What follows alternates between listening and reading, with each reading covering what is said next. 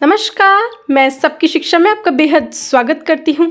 तो मैं आप सबके लिए जानकारी लाई हूँ नेशनल स्कॉलरशिप पोर्टल की एक बहुत ही बढ़िया स्कॉलरशिप स्कीम के लिए, जिसका नाम है pre matric scholarship for minority students. जी हाँ, अब जितने भी माइनॉरिटी स्टूडेंट्स हैं जो कि प्री मैट्रिक कक्षाओं में पढ़ रहे हैं, वे स्कॉलरशिप के लिए अप्लाई कर सकते हैं, क्योंकि ऑनलाइन एप्लीकेशन फॉर्म्स जो हैं वो रिलीज़ हो गए हैं और उनको भरने की आखिरी तारीख है 30 सितंबर। जी हाँ, 30 सितंबर 2022 से पहले आपको pre matric scholarship schemes for minority के लिए फॉर्म भरना होगा और अपना नाम दर्ज कराना होगा और अप्लाई करना होगा।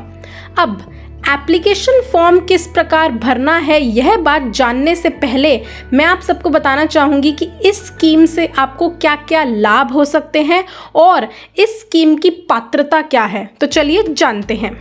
तो ये देखिए, ये स्कीम जो है वो प्राइम मिनिस्टर के द्वारा जून 2006 में अनाउंस करी गई थी और इस स्कीम में वे स्टूडेंट्स आवेदन कर सकते हैं जो कक्षा पहली से कक्षा 10वीं में पढ़ रहे हों और जिन्होंने 50% नंबर तो न्यूनतम स्कोर करे हों। इससे कम अगर उनके अंक आए हैं तो वे इस योजना का लाभ नहीं उठा सकते हैं और उनकी परिवार की वार्षिक आय जो है वो 1 लाख रुपये से अधिक नहीं होनी चाहिए, तभी वे इस स्कीम का हिस्सा बन सकते हैं। और मैं आपको बता दूं कि उनके पास इनकम सर्टिफिकेट होना अनिवार्य है जो यह बताता हो कि उनकी एनुअल इनकम 1 लाख रुपए से कम है। और ये स्कीम का फ़ायदा वे लोग तब तक उठा सकते हैं जब तक वे अपनी हर कक्षा में 50% नंबर से ज़्यादा स्कोर करके पास हो रहे हों। अब मैं आपको बता दूं कि उन्हें इस स्कीम से क्या फ़ायदा होगा। तो उन्हें सबसे पहले तो एडमिशन फ़ी जो है वो कक्षा 6 से 10वीं तक मिलेगी। 500 रुपये पर एनम उन्हें मिलेगी, दोनों हॉस्टलर और डे स्कूलर्स के लिए। और जो कक्षा 6 से 10वीं तक के बच्चे हैं उन्हें 350 रुपये हर महीना जो है वो भी पैसे मिलेंगे। और जो कक्षा पहली से 5वीं के बच्चे हैं उन्हें 100 रुपये महीना मिलेंगे और कक्षा 6 से 10वीं के बच्चों को 600 रुपये हर महीना मिलेंगे जो बच्चे हॉस्टल में पढ़ रहे हैं। और जो बच्चे सुबह स्कूल जाते हैं, दोपहर में घर वापस आ जाते हैं, उन्हें 100 रुपये हर महीना मिलेंगे। यह पैसे जो हैं उन्हें 10 महीने के लिए मिलेंगे, क्योंकि बच्चे 12 महीनों में से 10 महीने ही स्कूल जाते हैं। 1 महीना उनकी 1-1.5 महीना उनकी समर ब्रेक हो जाता है और 1 महीना उनके एग्ज़ाम के बाद वाली छुट्टियां हो जाती हैं। तो 10 महीने जो वो स्कूल जाते हैं उन्हें इस रेट पर पैसे जो हैं वो दिए जाएंगे, वो भी उनका सीधे बैंक अकाउंट में ही आ जाएंगे। तो चलिए अब जानते हैं कि हम नेशनल स्कॉलरशिप पोर्टल पर किस प्रकार इस स्कीम के लिए आवेदन कर सकते हैं। देखिए, जब आप नेशनल स्कॉलरशिप पोर्टल पर जाएंगे तो यहाँ पर आपको एप्लीकेंट कॉर्नर पर न्यू रजिस्ट्रेशन पर क्लिक करना है। जब आप न्यू रजिस्ट्रेशन पर क्लिक करेंगे तो आपके सामने ये जो है नोटिस आ जाएगा, students eligible for pre matric and post matric scholarship schemes which are hosted on NSP can apply on NSP। तो हम फिर यहाँ पर क्लिक करेंगे, click here for scholarship schemes hosted. और जब आप क्लिक करेंगे तो ये देखिए, अब यहाँ पर आपके पास जो है सारी डिटेल्स आ गई हैं कि आपको किस प्रकार अप्लाई करना है। तो सबसे पहले आपको रजिस्टर पर क्लिक करना है, स्टूडेंट रजिस्ट्रेशन फॉर्म पर क्लिक करना है और फिर वो लोग बता रहे हैं कि आपको कौन कौन से डॉक्यूमेंट्स जो हैं अप्लाई करने से पहले अपने पास रखने हैं। तो सबसे पहले तो एजुकेशनल डॉक्यूमेंट्स ऑफ स्टूडेंट, यानी कि आपके पास आपकी पिछली कक्षा की मार्कशीट वगैरह ये सब होनी चाहिए। Students bank account number and IFSC code of bank branch. तो अगर जो भी बच्चा अप्लाई कर रहा है उसके नाम पर कोई बैंक खाता है तो उसकी डिटेल्स अगर नहीं है तो माता पिता अपने नाम पर बैंक खाते की डिटेल्स जो हैं वो दे सकते हैं। तीसरी चीज़ है बच्चे का आधार नंबर। अगर बच्चे का आधार नंबर नहीं है तो माता पिता उसके स्कूल ID कार्ड को भी सबमिट कर सकते हैं, लेकिन उन्हें उसके साथ साथ बच्चे के आधार का एनरोलमेंट नंबर भी सबमिट करना होगा, यानी कि उन्हें बच्चे का आधार बनवाने के लिए एप्लीकेशन सबमिट करनी होगी। और जो बैंक है उसकी पासबुक भी उनको सबमिट करनी होगी। जो भी बैंक खाता है उसकी पासबुक उनको सबमिट करनी होगी। उन्हें बच्चे का डेट ऑफ बर्थ पता होना चाहिए। स्टेट ऑफ डोमिसाइल मतलब कि वो लोग जिस भी भारत के राज्य में रह रहे हैं। स्कॉलरशिप कैटेगरी उन्हें जो है चूज़ करनी होगी कि उन्हें कक्षा पहली से कक्षा 10वीं यानी कि प्री मैट्रिक स्कॉलरशिप चाहिए या पोस्ट मैट्रिक स्कॉलरशिप चाहिए यानी कि 11th 12th और ITI BSc BCom वाली स्कॉलरशिप चाहिए। नेम ऑफ स्टूडेंट जो है जैसा नाम उसके एजुकेशनल सर्टिफिकेट्स पर लिखा है वैसा ही नाम आपको जो है यहाँ पर भरना होगा। मोबाइल नंबर आपको पता होना चाहिए, ईमेल आईडी आपको पता होना चाहिए, बैंक अकाउंट की पूरी डिटेल्स आपके पास होनी चाहिए, आइडेंटिफिकेशन डिटेल्स यानी कि बच्चे का Aadhaar card number, school ID card और ये सब उनके पास होना चाहिए। यहाँ पर आपको सब चीज़ों पर आई अग्री क्लिक करना होगा कि आप जो है ऊपर जो भी आपने डिटेल्स हैं वो पढ़ लिए हैं और आपके पास बैंक अकाउंट है और आपको ये सारी जानकारी पता है और फिर आप कंटिन्यू पर क्लिक कर देंगे। आप कंटिन्यू पर क्लिक करेंगे तो ये देखिए अब आपके पास जो है फॉर्म निकल कर आ गया है। यहाँ पर आपको अपनी सारी डिटेल्स भरनी है कि स्टेट ऑफ डोमिसाइल आप कौन से स्टेट में रहते हैं। तो मैंने अभी दिल्ली चुन लिया है। आप जिस भी स्टेट में रहते हैं आप वहीं का वो चुनें। स्कॉलरशिप कैटेगरी कि आपको प्री मैट्रिक स्कॉलरशिप चाहिए या पोस्ट मैट्रिक। मैं अभी प्री मैट्रिक चुन रही हूँ। अगर आप कक्षा 10वीं से ऊपर की कक्षाओं में पढ़ते हैं तो पोस्ट मैट्रिक चुनें। बच्चे का नाम फिर आपको यहाँ पर डालना है।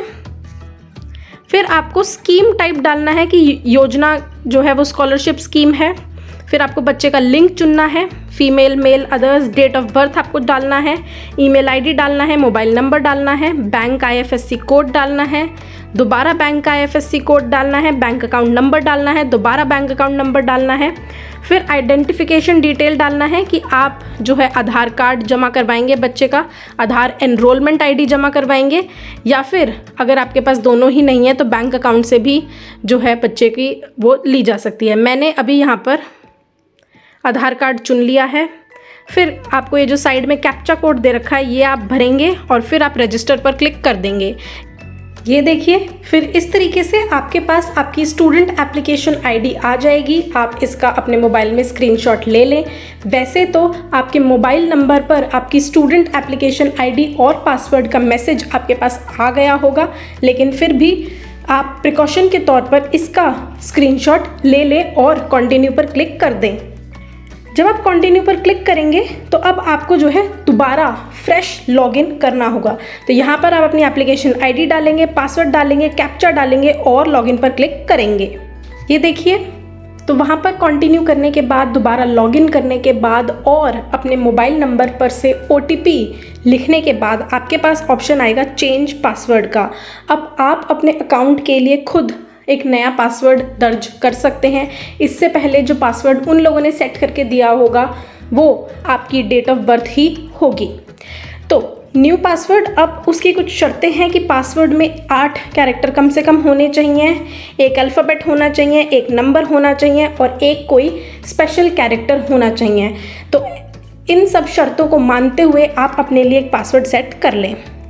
अब ये देखिए पासवर्ड सेट करने के बाद आपके पास कोई ऐसी स्क्रीन आ जाएगी। तो आपको सबसे पहले अपना एप्लीकेशन फॉर्म भरना है। अगर आपने डिजी लॉकर में अपना अकाउंट बना रखा है और वहाँ पर अपनी मार्कशीट्स वगैरह और सब कुछ अपलोड कर रखा है तो आप लिंक डिजी लॉकर पर भी क्लिक कर देंगे। चेक योर स्टेटस पर जाकर आप अपना स्टेटस चेक करेंगे कि आपकी जो एप्लीकेशन है उसके साथ क्या हुआ है, उसको आगे प्रोसेस किया गया है या नहीं, डॉक्यूमेंट्स वेरीफाई करे गए हैं या नहीं। लेकिन ये बाद के स्टेप हैं। अभी आपको जो सबसे पहले करना है वो है एप्लीकेशन फॉर्म। तो आप यहाँ एप्लीकेशन फॉर्म पर क्लिक करेंगे और फिर उसके बाद ये देखिए नीचे आपकी सारी जनरल इन्फॉर्मेशन जो अभी तक आपने भरी है वो आ जाएगी और जो नहीं भरी हुई है वो अब आपको भरनी है। तो सबसे पहला है सिंगल गर्ल चाइल्ड। तो क्या आप अपने माता पिता के इकलौती लड़की कन्या हैं या नहीं? अगर हैं तो यस पर क्लिक कर देंगे, अगर नहीं हैं तो नो पर क्लिक कर देंगे। मैंने अभी नो पर ही रहने दिया है। धर्म, तो आपका क्या धर्म है आप उस पर क्लिक कर देंगे। समुदाय, आप किस श्रेणी से है, SC category, ST category, OBC या जनरल। तो मैंने यहाँ पे जनरल क्लिक कर दिया। आप जिस भी कैटेगरी से हैं आप उस पर क्लिक कर दें। पिता का नाम भरेंगे फिर आप लोग कि आपके पिता का नाम क्या है, आपकी माता का नाम क्या है और आपकी वार्षिक इनकम क्या है, जो कि 1 लाख रुपये से कम होनी चाहिए अगर आप इस योजना का लाभ उठाना चाहते हैं। तो फिर आगे आपका आधार कार्ड, आपका मोबाइल नंबर और ईमेल आईडी पहले से भरा हुआ है। फिर आपको भरना है कि आप हॉस्टलर हैं, आप हॉस्टल में रहते हैं या डे स्कॉलर हैं। तो मैंने अभी इसे डे स्कॉलर रहने दिया है। फिर आपको अपना एकेडमिक डिटेल्स भरनी है कि आप जो हैं वो कौन सी संस्था से अभी जुड़े हुए हैं, कौन से स्कूल में अभी पढ़ते हैं, या अगर पोस्ट मैट्रिक में हैं तो कौन से इंस्टीट्यूट कॉलेज में अभी आप पढ़ते हैं। फिर आपको अपना एडमिशन नंबर यहाँ पर डालना है, जो स्कूल में आपका एडमिशन नंबर दे रखा होगा। एडमिशन ईयर डालना है, किस वर्ष में आपका उस स्कूल में एडमिशन हुआ। अपना रोल नंबर डालना है, सेक्शन डालना है, अभी किस कक्षा में आप पढ़ रहे हैं वो आपको यहाँ पर भरना है। उसके बाद आपको मोड ऑफ स्टडी लिखना है कि आपका मोड ऑफ स्टडी क्या है, रेगुलर और फुल टाइम है, या आप कॉरेस्पॉन्डेंस कर रहे हैं, ओपन कोर्स कर रहे हैं, या पार्ट टाइम है। तो मोड ऑफ स्टडी मैंने अभी रेगुलर और फुल टाइम भर दिया है। प्रेजेंट क्लास स्टार्ट डेट, तो अभी आपकी जो करंट क्लास है वो किस दिन को शुरू हुई थी वो आपको डेट डालनी है। बोर्ड डालना है, बोर्ड या यूनिवर्सिटी का नाम, CBSE या दिल्ली यूनिवर्सिटी ऐसे।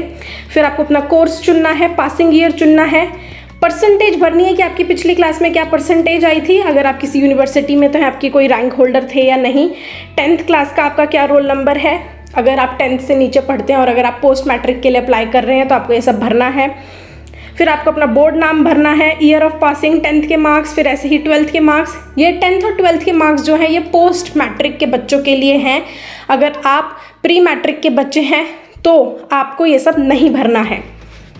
फिर आपको बताना है कि आपने कोई कम्पिटिटिव एग्ज़ाम क्वालिफाई किया है या नहीं, कम्पिटिटिव एग्ज़ाम का आपका क्या रोल नंबर है और ये सब। फिर आपकी अदर डिटेल्स अब आपसे पूछी जा रही हैं कि क्या आप ऑर्फन हैं, आपके माता पिता हैं या नहीं। तो अभी आप नो पर ही क्लिक कर देंगे। फिर आप अपने गार्डियन का नेम भरेंगे अगर आप ऑर्फन हैं तो। फिर आपको डिसेबिलिटी भरनी है कि आप विकलांग या दिव्यांग हैं या नहीं। अगर नहीं हैं तो ठीक है, और अगर हैं तो फिर आप अपनी टाइप ऑफ डिसेबिलिटी बताएंगे और आपकी परसेंटेज बताएंगे डिसेबिलिटी की।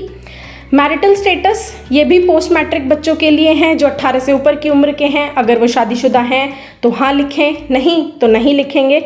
अपने पेरेंट्स का प्रोफेशन बताएं, और फिर आपका बैंक अकाउंट नंबर वगैरह तो लिखा ही हुआ है। Any of the parents not alive, अगर ऐसा कुछ है तो आप लिख देंगे, और फिर आप सेव एंड कंटिन्यू पर क्लिक कर देंगे। तो अब ये जो है आपका फॉर्म भरा जा चुका है।